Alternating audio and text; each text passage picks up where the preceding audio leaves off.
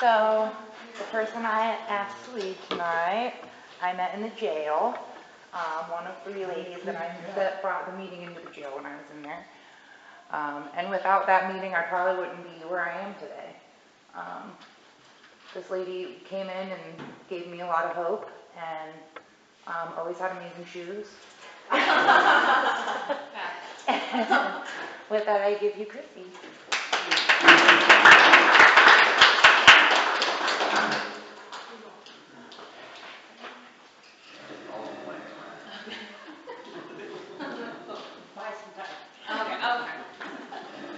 All right, hello everybody. My name is Chrissy and I am an alcoholic.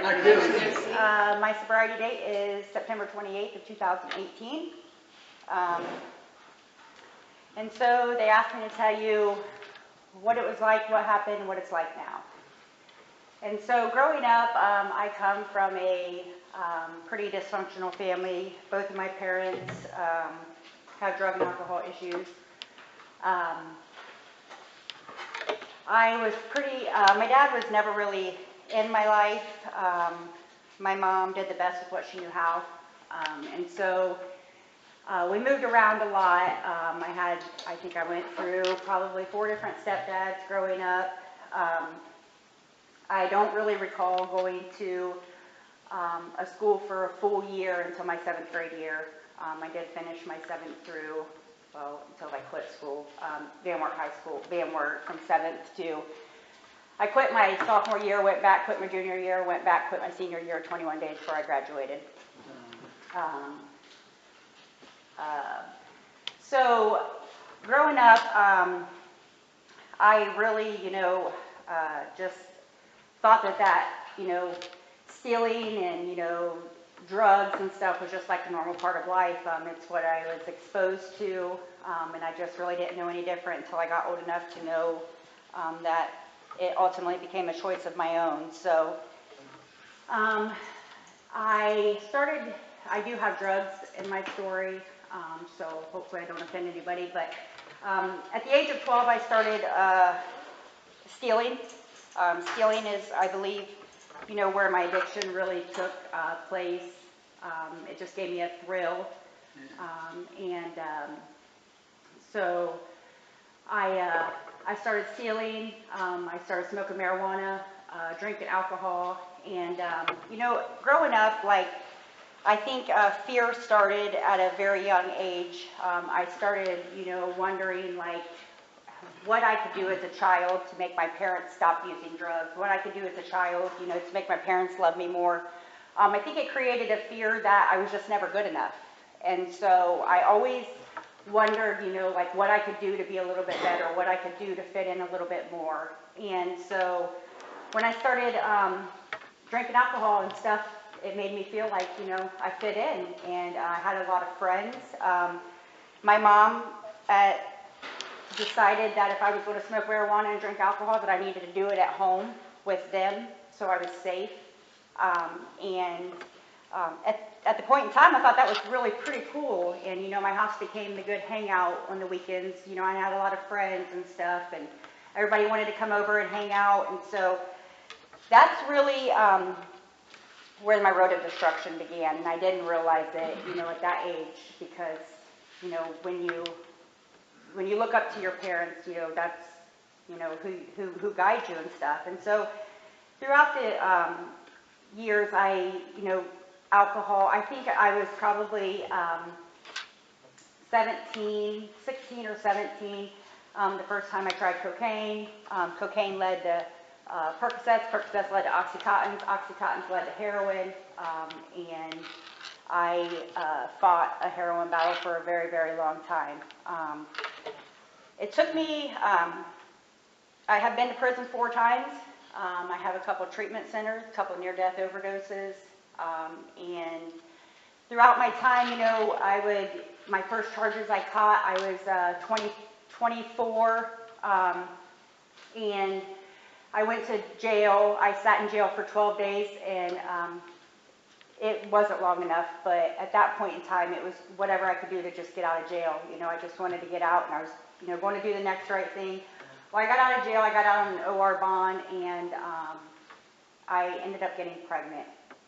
and I didn't know I was pregnant. I think I was, they ended up sentencing me to probation throughout that, and I was 4 months pregnant when I actually got locked up for a petty theft, and they ended up sentencing me to 6 months in the county jail, which is where I spent the rest of my pregnancy. My higher power was doing something for me I couldn't do for myself. While being in jail, that time I got a phone call that my son's dad had overdosed and died. And, you know, you'd think that that would have been enough, you know, to change my life, but it wasn't. So, I got out of jail on February 13th. I delivered my son February 16th.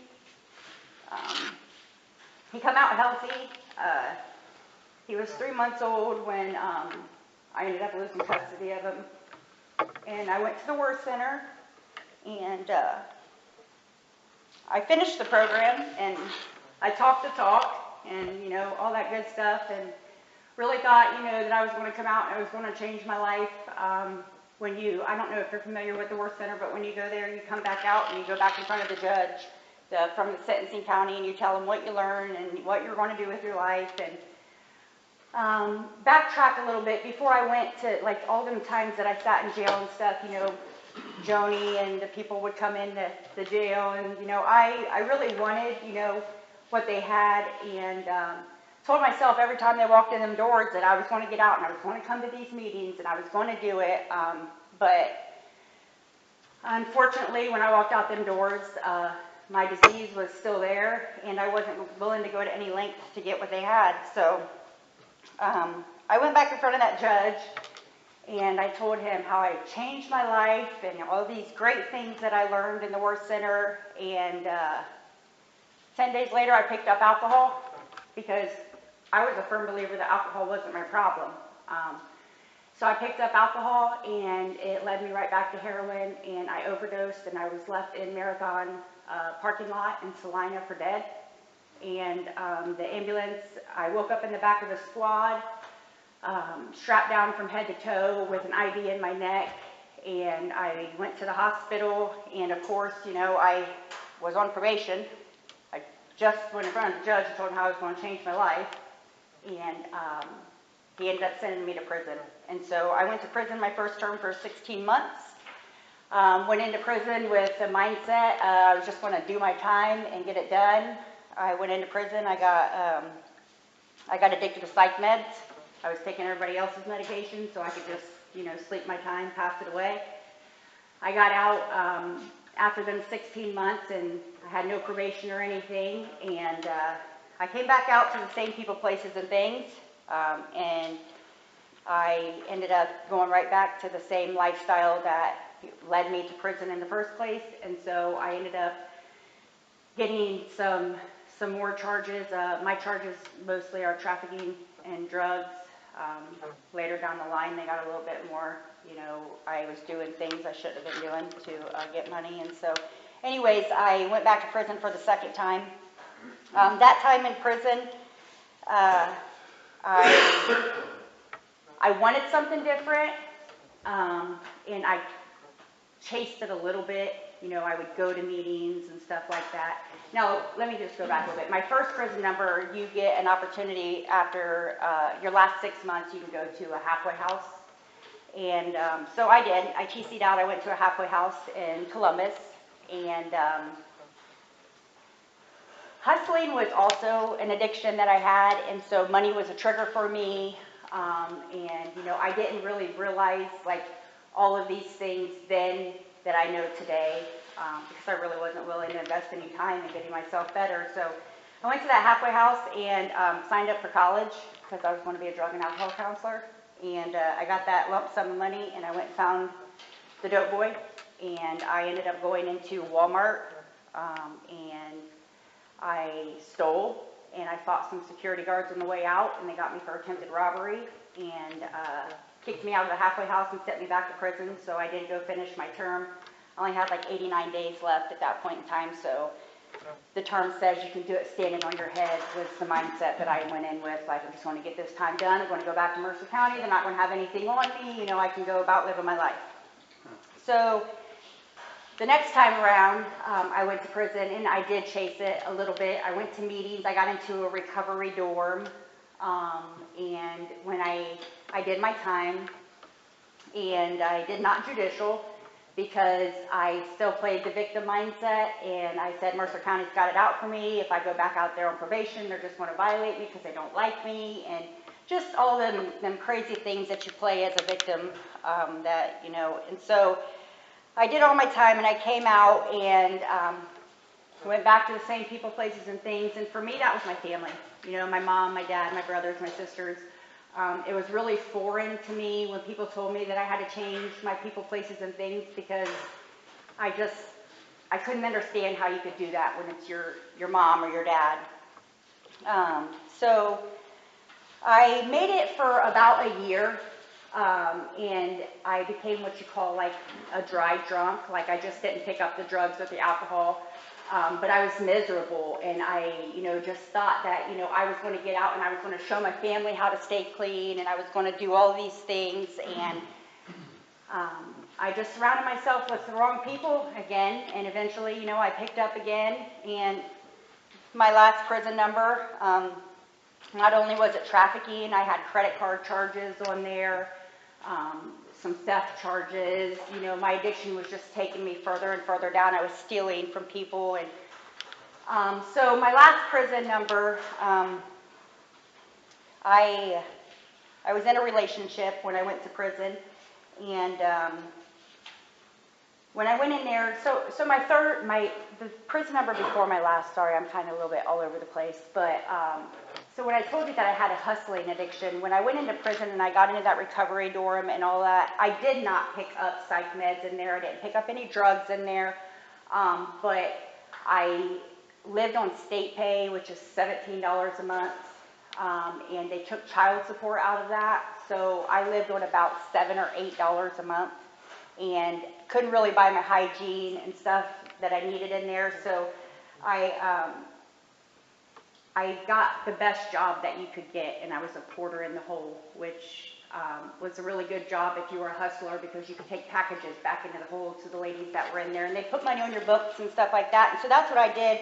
And little did I know that when I walked out of the doors, that was another addiction that I didn't realize was going to take me down, because when I walked back out of prison, I thought I could sell drugs and not do them.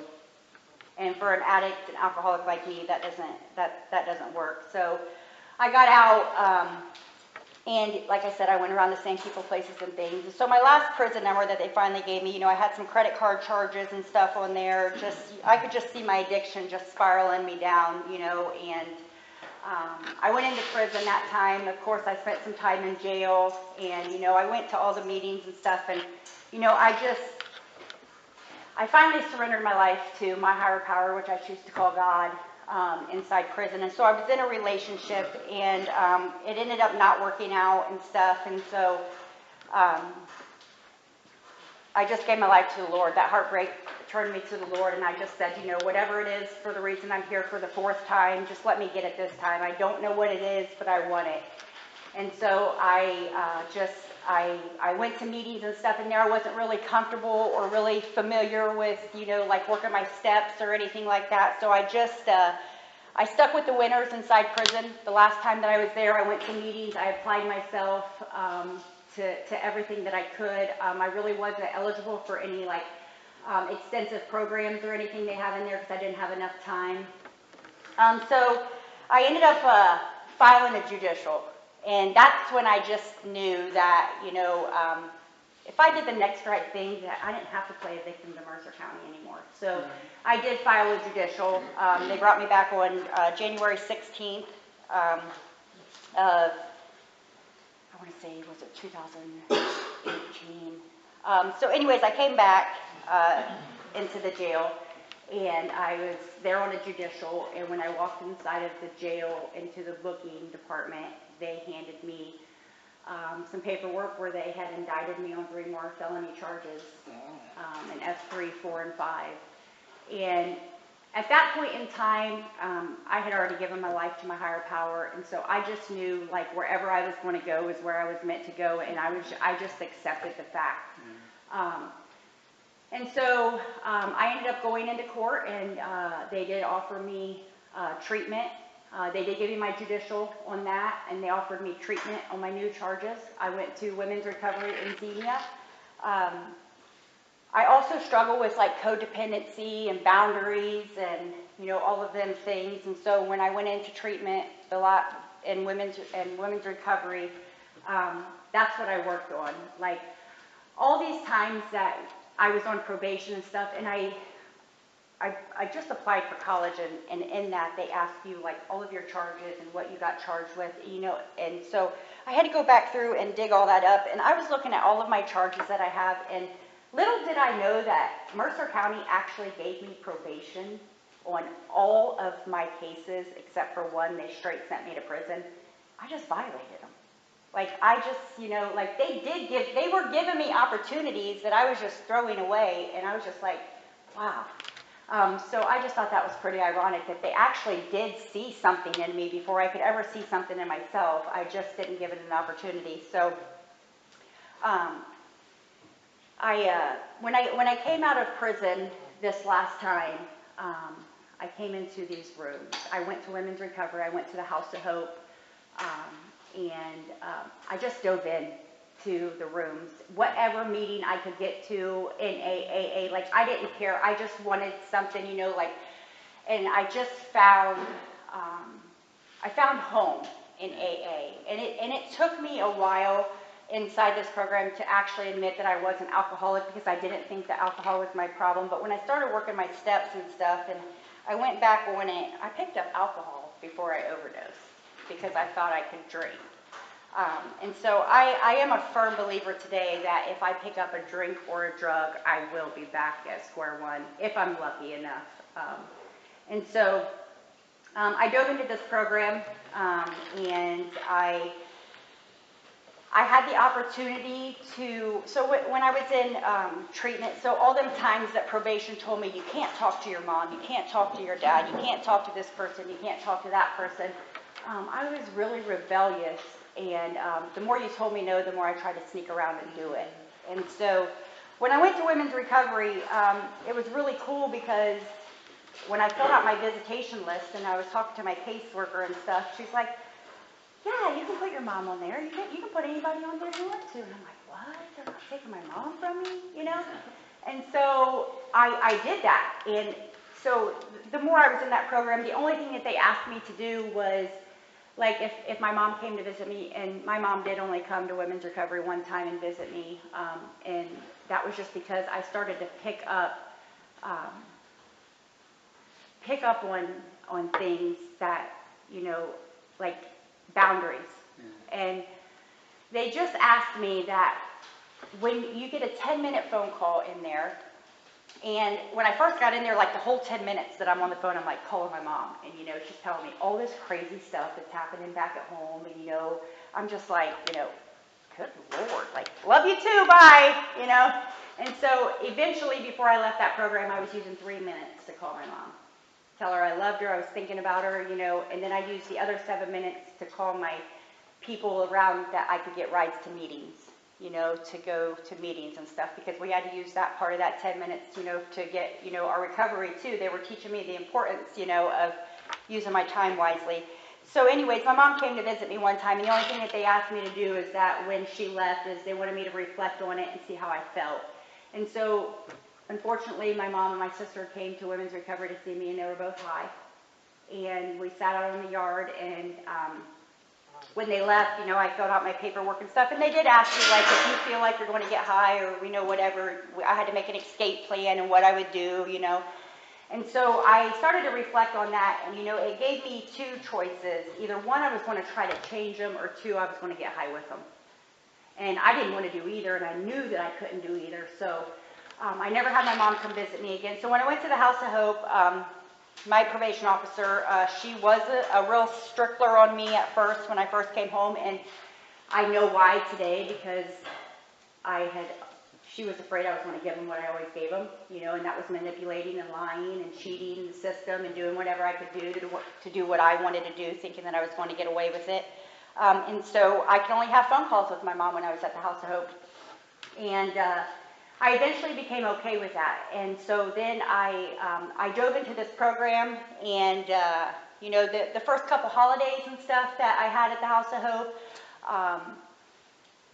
I would go into the rooms and I would talk about it, because it was a little bit sad that I couldn't go to my families for Christmas and I couldn't go to my families for Thanksgiving, and you know, my birthday come around and you know, my family couldn't come see me and stuff, and so it was a little depressing and sad, you know, but these rooms taught me what family was. And so there's never a day that goes by that there's not a meeting, whether it's Christmas, Thanksgiving, whatever. You can always find a meeting. And so these people in these rooms, they loved me, and they became my family. And they showed me that no matter what I'm going through, I can get through it. I can always remember Joni telling me this too shall pass. And sometimes I just wanted to scream when she would tell me those things. I'm like, but you don't understand. I'm going through it right now. And so anyways, I dove into this program. I was so broken, desperate, hopeless, like I just wanted a new way of life. And so I started working the steps, and I stayed on my fourth step probably a little bit longer than I should have. But I, you know, it was just a lot of stuff that I had to pull up, and, you know, and it just, you know, like, it was depressing. But I made sure that I got to meetings more often when I was working that fourth step. So when I told you that, you know, my higher power set me free in prison after I worked these steps and I got to my fifth step and I shared it with another person, it was like a freedom that I just can't explain. Like, my higher power set me free inside, but these steps set me free from all of that shame and guilt and remorse that I had of not being the mom I was supposed to be, and being the sister that I was supposed to be, and the daughter, and, you know, just a productive member of society. Like, my addiction had just stripped me of everything, like every moral value, anything I ever had, my addiction took from me. And I had to relearn all of that stuff. And I had to, you know, like, I went through parenting class and stuff. I got my son back at the age of 8, and I can remember he was in 3rd grade, and Joni was a 2nd grade teacher, and I can remember saying, Joni, what would you like to do? Like, what do 3rd graders do? Like, I just said no, and she gave me games and stuff to give them to play, and, you know, and so I just did, like, whatever I had to do, so I owe, you know, a lot to this program, because they taught me everything that I needed to know in sobriety. And so after I didn't get my son back right away, and so I can remember, you know, many times before, my son did live with my dad and my stepmom. They did have a streak of sobriety for about 8 years when I gave them to him, and then my stepbrother ended up passing away from the disease of addiction, and my stepmom just kind of went downhill after that. And, you know, I started to get my life together at the time that hers was falling apart, and I just knew that my higher power was, you know, working. And so I came into these rooms, and, you know, like, I was like, she's not letting me see my son this Wednesday, you know, he's not supposed to ride the bus on Wednesdays, I'm supposed to pick him up from school, she told him to get on the bus. Those were justifications that would have took me back out before, like, oh, you don't want me to see my son? F you, I'm going to go do what I want to do. And these rooms taught me that if you go do that, you're further away from your goal. Right. And so I didn't do that this time around. Like, I just did whatever I had to do. I knew that if I did the next right thing, my higher power was going to see me through no matter what. And so I ended up getting my own place, and I ended up getting custody of my son after he was 9 when I got custody of him back.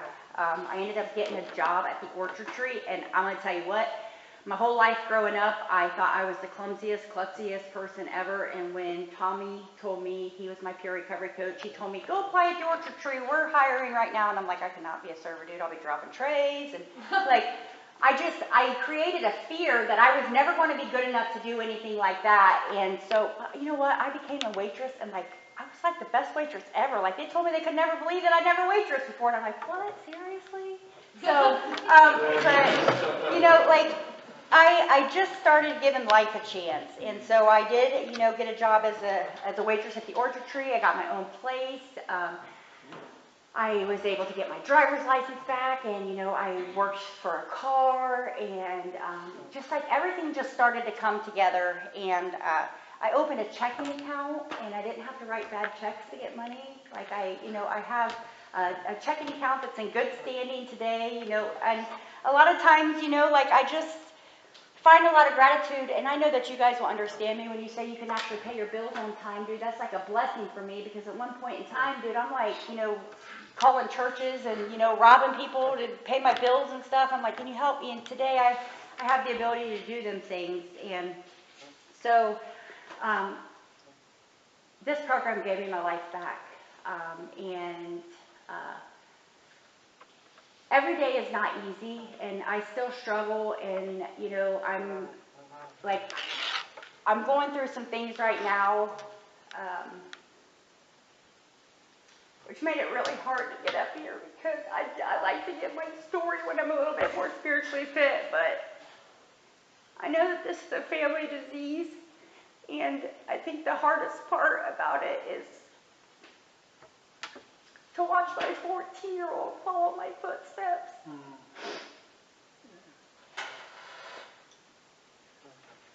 And to know that there was nothing that my parents could have told me, no punishment they could have gave me that would have changed anything. It had to be something that I truly had to experience.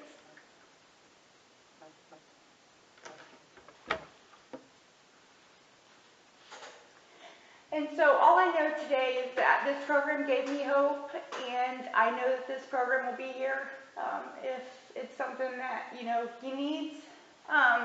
So I get to be that mom today that doesn't have to go use with him. I don't have to go steal with him. I don't have to do them things, because this program gave me the ability to be the parent that I never had. And so, anyways, I know that if I didn't have sobriety today, that I wouldn't have the opportunity to show him where there's hope.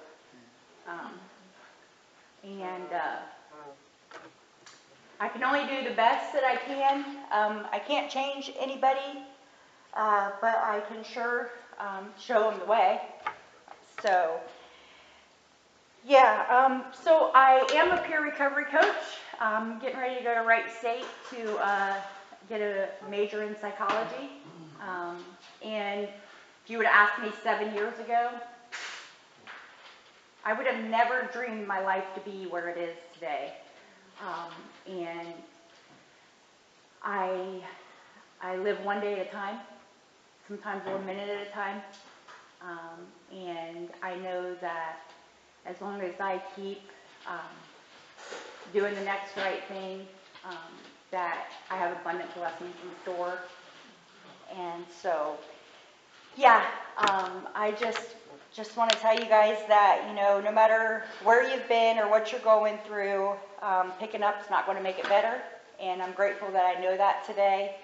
But I wouldn't know that today if I wouldn't have been inside of these rooms to have people walk alongside me and teach me and guide me and show me that there is a better way of life if you want it. And so, yes, I do get to go into the jail meetings, and that's one of my favorite meetings, because that's where I found hope, and I just, sometimes I go inside there and I sit with people I sat in there with, on the other side, but I remember when Joni was like, you should apply, and I'm like, they're not going to let me walk through them doors, are you kidding me? Like, without shackles and cuffs, I don't think it's possible.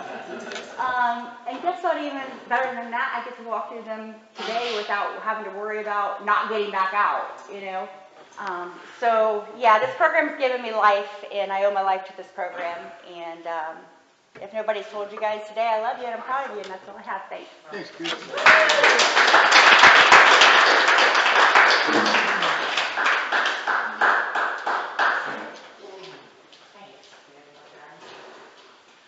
Thanks, girl. Oh my gosh.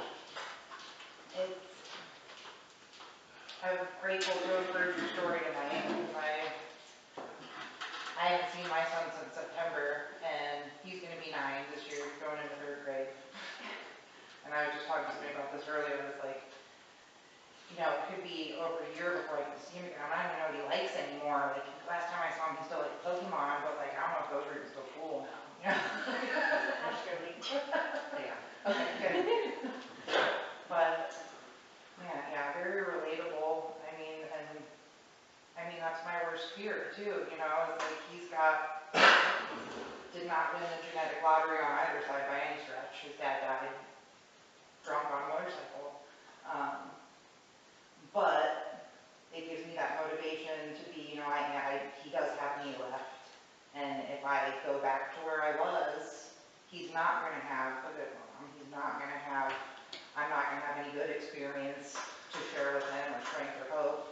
So I would rather at least know that I'm walking the path that I need to walk to get back there, and so that he knows what that looks like. Because in his family so far, he's never gotten to see what recovery looks like. He knows what death and destruction and pain and loss looks like.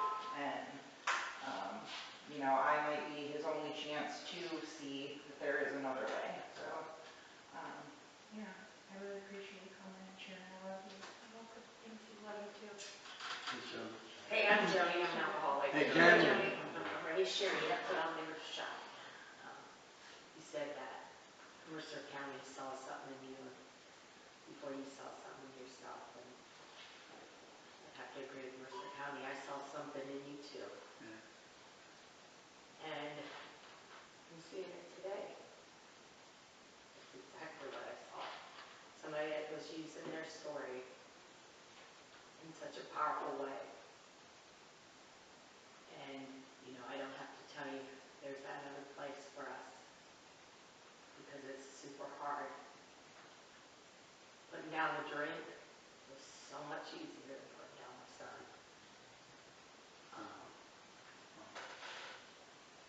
So, and that's the good news. And I can still be relatively happy today and love him and be the mom that I was supposed to be and that I wanted to be, but I was too sick to be. But today I'm not. And what a great thing that is. And you have been just an unbelievable blessing in my life and one of the greatest joys of this program. Get to watch it. And I love you a lot. Thanks, Jim. Jim, I'm not. Hey, Jim. Thanks, Chrissy. Noticing as how neat it is that we get, you know, after we were in recovery for a while, we get to know each other. Namely, is the people that we are now, that what we've evolved into, what we've kind of grown into, and it's pretty cool. I mean, I think I'd heard that you go back with your degree, and how awesome is that? And that you were doing, you know, the counseling and working with others the way you have, and we almost forget about, you know, the dues you paid to get to there, and the story that you had, to listen to it again. These roads that we have are pretty messy, they're bumpy, and I don't know anybody that came cruising in a 4-lane divided, smooth highway, it all came bearable, and yeah. Anyway, so you're a badass. And, Amen. a badass didn't live a couple other badasses. So it's great, and we love you. So thank you. Thanks for inspiring us. Thanks, Jim. Thank you, Jim. Joe, Hey, Jim. hi Jim, and I don't know you that well, and I'm sorry, but thank you for your lead. You're always a bundle of joy when you come in here, and you just are like happy, and I'm like, man, she's got it going. And so thanks for being that person, always showing me, man, you know, you're in there, and thank you. Thank you, Jill. Greatly, I know you've done a lot of work. Just keep up the good work right into your family. Thank you. Hey, Bill. I'm Kevin, I'm an alcoholic. Kevin! Thanks, Chrissy, as a good lead, and, you know, I've heard you several times, and, you know, I don't know, I just kind of, I guess I can say I've watched you through this whole journey, And even back before I really knew you, I remember looking on that jail sign. Yep, that Chrissy Hall, she's she ain't never gonna get it. But that's not true. See, that's not true. And you got to a point where you've done something different, and you've done something different, and your life, and you've done well. The thing is that none of us sitting in this room can control or make somebody else do something. So, I always have to think back when there's people and I want them to get it so bad. But it doesn't matter how much I wanted it, it was how much they wanted it. And you wanted it all, because you're still sober today. And that's great. And, we're always here for you. If you need help, we're always here for you. Thanks for a good lead. Thanks for being my friend. Thank you. That's all I got. Thanks, Kevin. Ryan, thank you for your lead. This is like the third, maybe fourth time that I've heard it. And yeah, I'm always able to take something from it. I think it's really cool what career path you took, and I can kind of see myself maybe doing something like that. I just think it's, you make it to where it's possible. It's definitely possible. So thank you for your lead. Thanks, Ryan. Ryan. My name is Wes, I'm an alcoholic. Hey, Hey, Wes. Well, I don't believe I've heard that story. But I won't forget it. I see you, I see how special you are, and I know that your story, because of your story, you can help a lot of people. A lot of people, they can't say, well, I'm not like that. You've been any place anybody's been, so you can talk, you're not gonna co-sign anybody's bullshit. You've been there, done that, and know better. So, I was glad I was here. And, I like your son. He likes my soup, and that's good. That's good. And that's all I got, thanks. Thank you, Wes. Thanks, Wes. Wayne, alcoholic. Hey, Wayne. I want to thank you for your lead. I heard you a couple of times on Thursdays in LIV with Brandon, a couple of times about brought up the progress and path you're on. A couple of things that stood out is you didn't regret your past, no one was shut the door on it, and you're working the program and it works, and you're passing the message along to the person that still suffers. Proud of you. Thank you. Thanks, Wayne. I'm Fred, I'm an alcoholic. Hey. Amazing girl. I wouldn't be here without you. I owe all of this to you, so thank you. Thank you, Fred. Thanks, Fred. Non-alcoholic. Thanks. Thanks a lot, especially for good leads. Thank you, Don. I got a lot out. Thanks, buddy. Jared alcoholic. Hey, Jared. Thanks for your lead. John, an alcoholic. I usually don't get a lot of things in the meetings, but today I got a lot. It was very inspiring. Thank you, Chrissy. Thanks, Kevin. I'm Crystal, an alcoholic. Hey, Crystal. Yeah, I've heard your story a lot, but every time. I mean, I haven't been around. It's just like the good old days, right? No, but I know they never get old, and there's always something new. And I love your openness, your vulnerability to the program, because that's when it helps somebody, and it always helps me, everybody's story always helps me. So I'm very proud of you, the woman that you are, and I'm so blessed I got to walk this journey with you. So with that, I pass. Thanks. Thanks, Crystal. it's gonna be a while.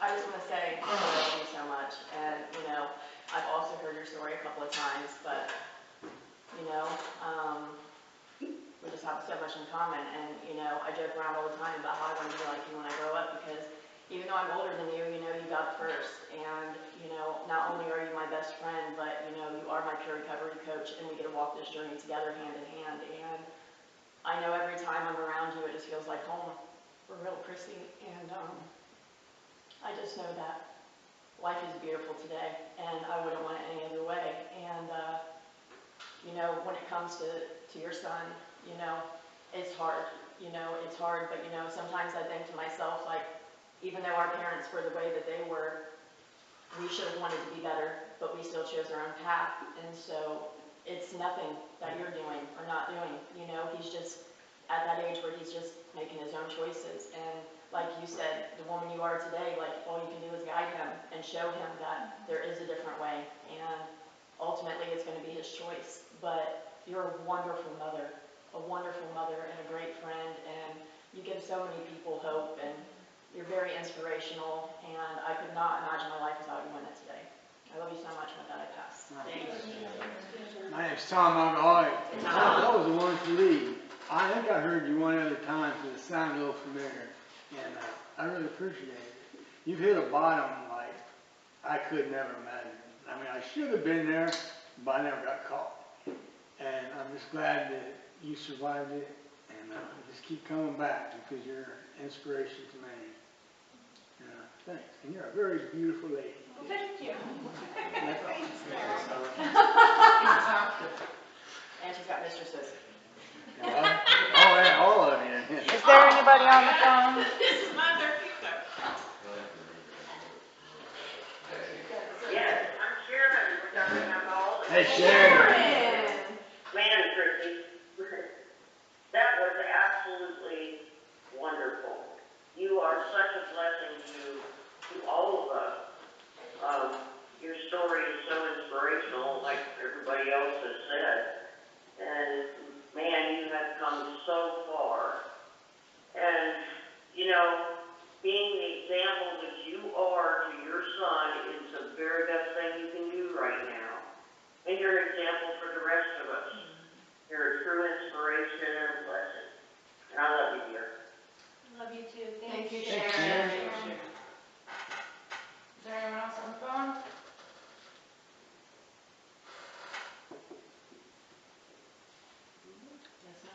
That's it. Well, thanks everyone for a great meeting. We'll circle it. Thanks for sharing.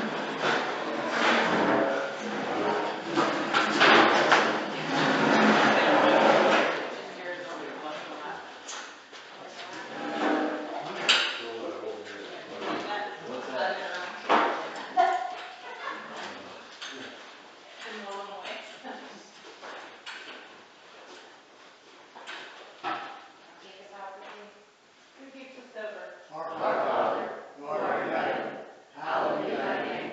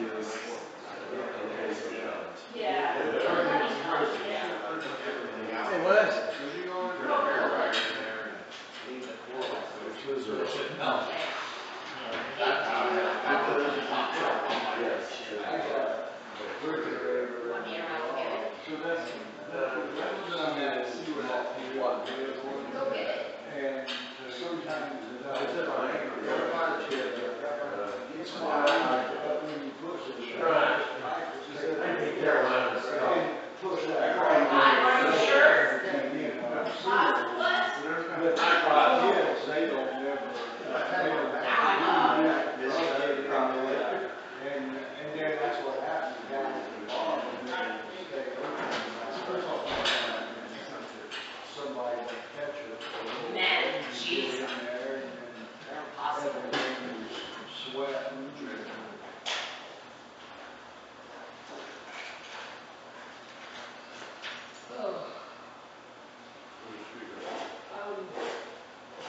Right here. Speaker. Hi, Fred. Hi, Don. Hi, Tom. Hey, 70 pounds, I broke it yesterday, or Sunday. Broke it 70 pounds. I hit my goal weight. You go wait? How much is left? How much left? 70 pounds. wow, 70.6. that's good. Good. Good job. Wish I could do that. You're doing it all. Yes, I am. I started the diet before I started the numbers. You're not drinking probably helps with the diet. Well, I'd already lost almost 40 pounds when I quit drinking. Wow. Welcome, and thank you for choosing free conference call I started the diet in October and If you are the I host, didn't stop press drinking. star now. Otherwise, please wait, and you will be joined into the conference.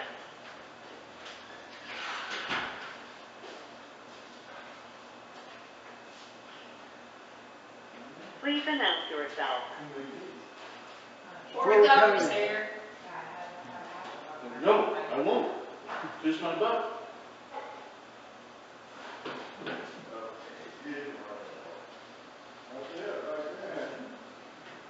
There you go. Good deal. 8 o'clock. Unsealed. CBS. CBS.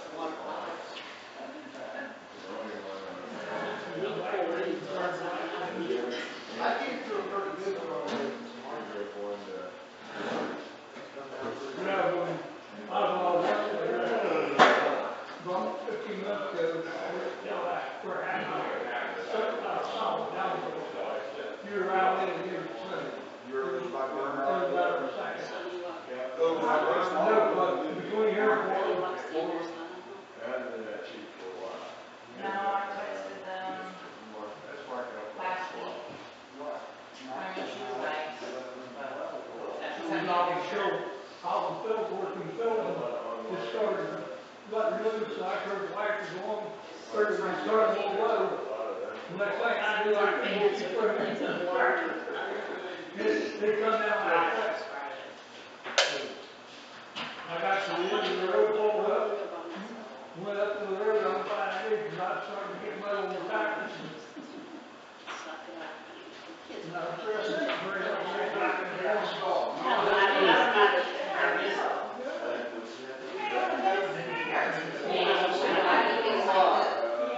water park thing, like it was so comfortable, like having Oh, the guy who fighting off from me, he's like, "It's all right here." I said, "Well, it's better over here." Oh, so you never got it. Yeah, she never did. Yeah. That's what I said. Cousin over here. He said, "Stay in the ditch, and find it, look, I got you. there's not a big old building right in there. Building wasn't the word.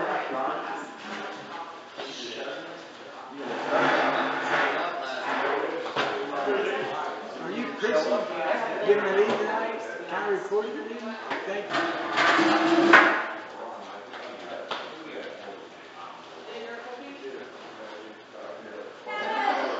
Is that okay? Where have you been? I haven't seen you grow.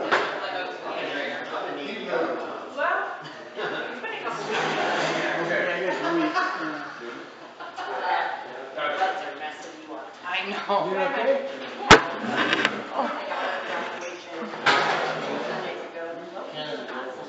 I again, and I'm an alcoholic.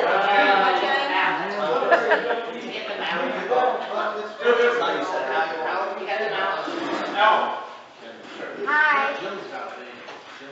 Hi, guys. Oh, hi. All right, for those who would care to, may I have a moment of silence followed by the Serenity Prayer. God, grant me the serenity to accept the things I cannot change, courage to change the things I can, and the wisdom to know the difference. All right, Alcoholics Anonymous is a fellowship of people who share their experience, strength, and hope with each other that they may solve their common problem and help others to recover from alcoholism. The only requirement for membership is a desire to stop drinking. There are no dues or fees for AA membership. We are self-supporting through our own contributions.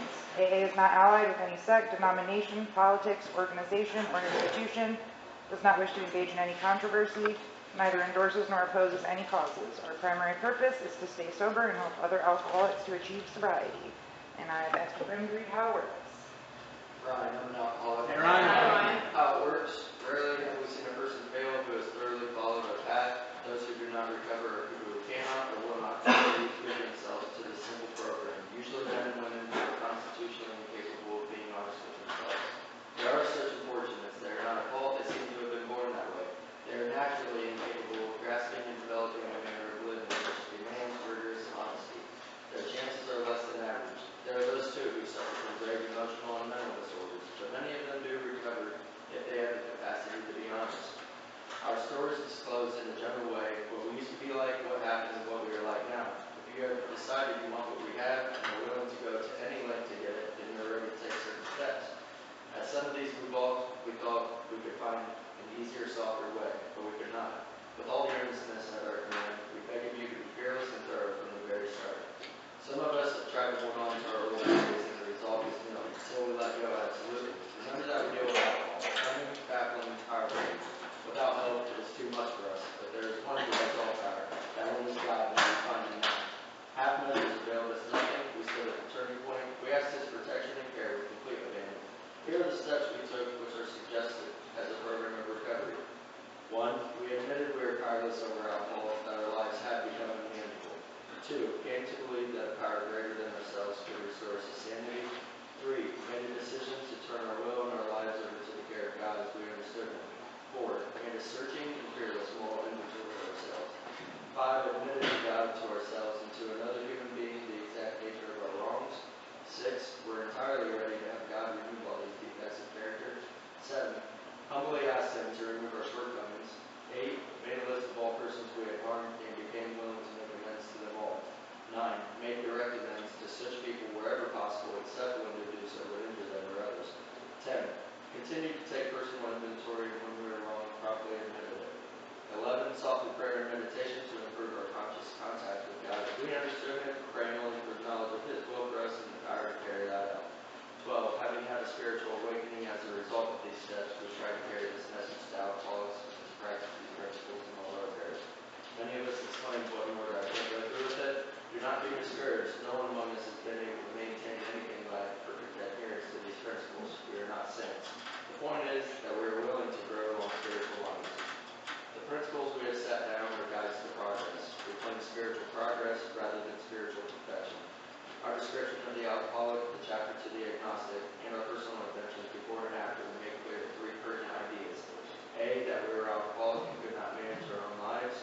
B, that probably no human power could have relieved our alcoholism. And C, that God could do what he sought. Thank you, Ryan, Ryan. and friend, read the promises. Kevin, I'm an alcoholic. Kevin. The promises. If we are painstaking about this phase of our development, we'll be amazed before we're halfway through. We are going to know a new freedom and a new happiness. We will not regret the past, nor wish to shut the door on it. We will comprehend the word serenity, and we will know peace. No matter how far down the scale we have gone, we will see how our experience can benefit others. That feeling of uselessness and self-pity will disappear.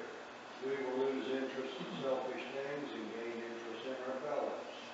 Self-seeking will slip away. Our whole attitude and outlook upon life will change. Fear of people and of economic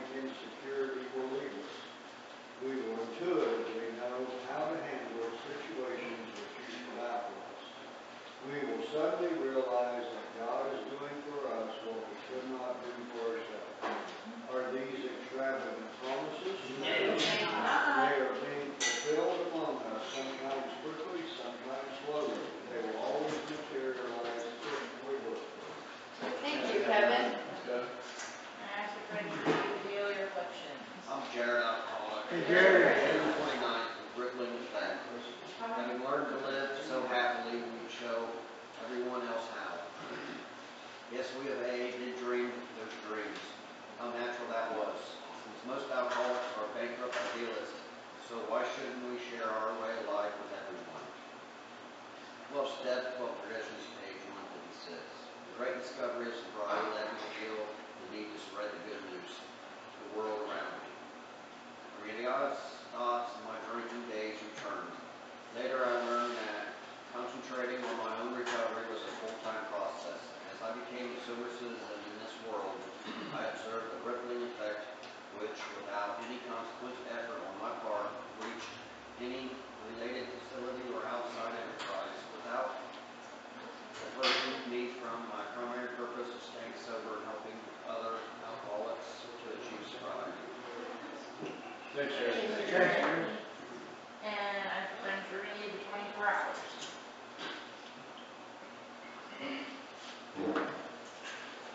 Joe, I'll call it. Hey, Jill. 24 hours for June 29th. AA thought for the day. The program of Alcoholics Anonymous involves a continuous striving for improvement. There can be no long resting periods. We must try to work at it at all the time. We must continually keep in mind that this is a program not to be measured in years, because we never fully reach our goals, nor we ever cure. Our alcoholism is only kept in absence by daily living of the program. It is a timeless program in every sense. We live it day by day, or more precisely, moment by moment now. Am I always striving for improvement? Meditation for the day. Life is all a preparation for something better to come. God has a plan for your life, and it will work out if you try to do His will. God has things planned for you, far beyond what you can imagine now. But you must prepare yourself so that you will be ready for the better things to come. Now is the time for discipline and prayer. The time of expression will come later. Life can be flooded through and through with joy and gladness. So prepare yourself for those better things to come. Prayer for the day. I pray that I may prepare myself for better things which God has in store for me. I pray that I may trust God for the future. Thank you.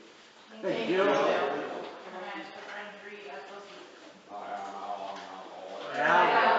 Let's open up to page 19, wine and success.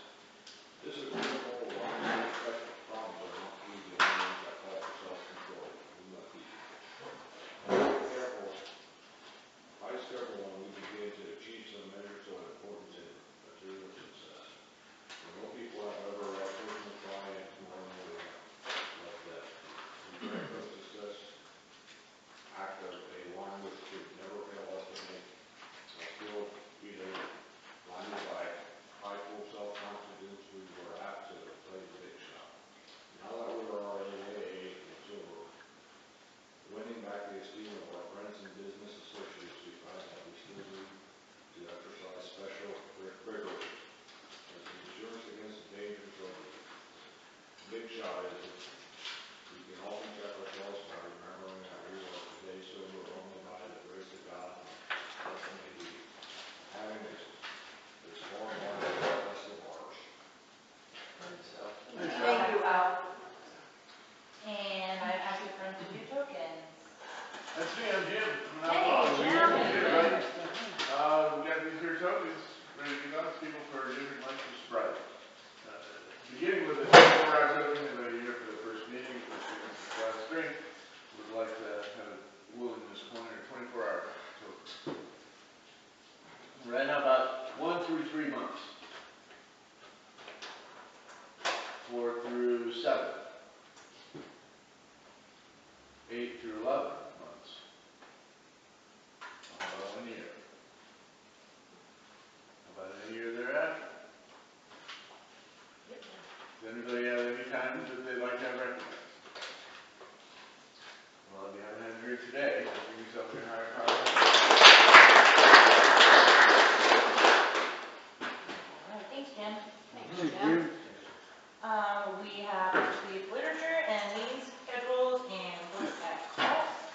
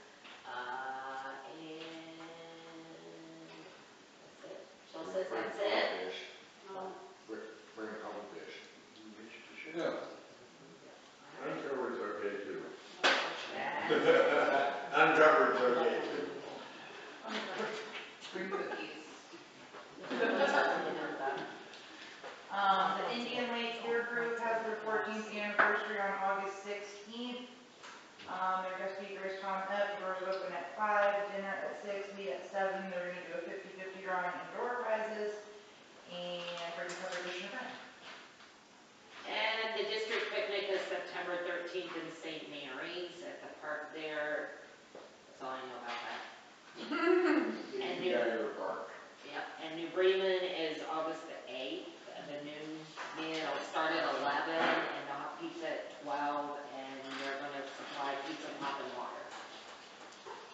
Thank you, Jenny. Thanks, Jenny. Any other announcements? All right, we're gonna pass the tradition basket and go around and introduce ourselves. I'm still Jen, I'm still an alcoholic. Hey, Jenny. I'm Jody, I'm an alcoholic. Hey, Jenny. You're not going. Jim. Jill alcoholic. Jill. I'm out, I'm an alcoholic. Al. Kevin, I'm not calling. Kevin. I'm Ryan, I'm an alcoholic. Ryan. My name's Wes, I'm an alcoholic. Wes. Wayne, I'm an alcoholic. Ryan. I'm Fred, I'm an alcoholic. Fred. Don alcohol. Don. Jared alcoholic. Jerry. Crystal alcoholic. Crystal. Chrissy alcoholic. And Chrissy. Kevin, alcoholic. And Kevin. Jennifer, recovering alcoholic. And Kevin. I'm Tom, alcoholic. Hi, Tom.